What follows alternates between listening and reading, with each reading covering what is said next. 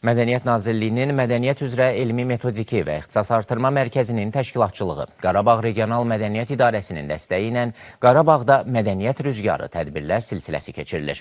Regionlarda peşəkar teatr dərsləri layihəsi çərçivəsində bu dəfə Füzuli Dövlət Dram Teatrında ustad dərsləri təşkil olunub.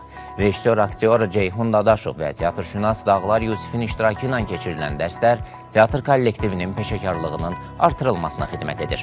Xatırladaq ki, regionlarda peşəkar teatr dərsləri layihəsi ötən ilin oktyabr ayından həyata keçirilir. Layihə çərçivəsində Qusar, Lənkəran, Qax və Qazax teatrlarında da ustad dərsləri təşkil olunub.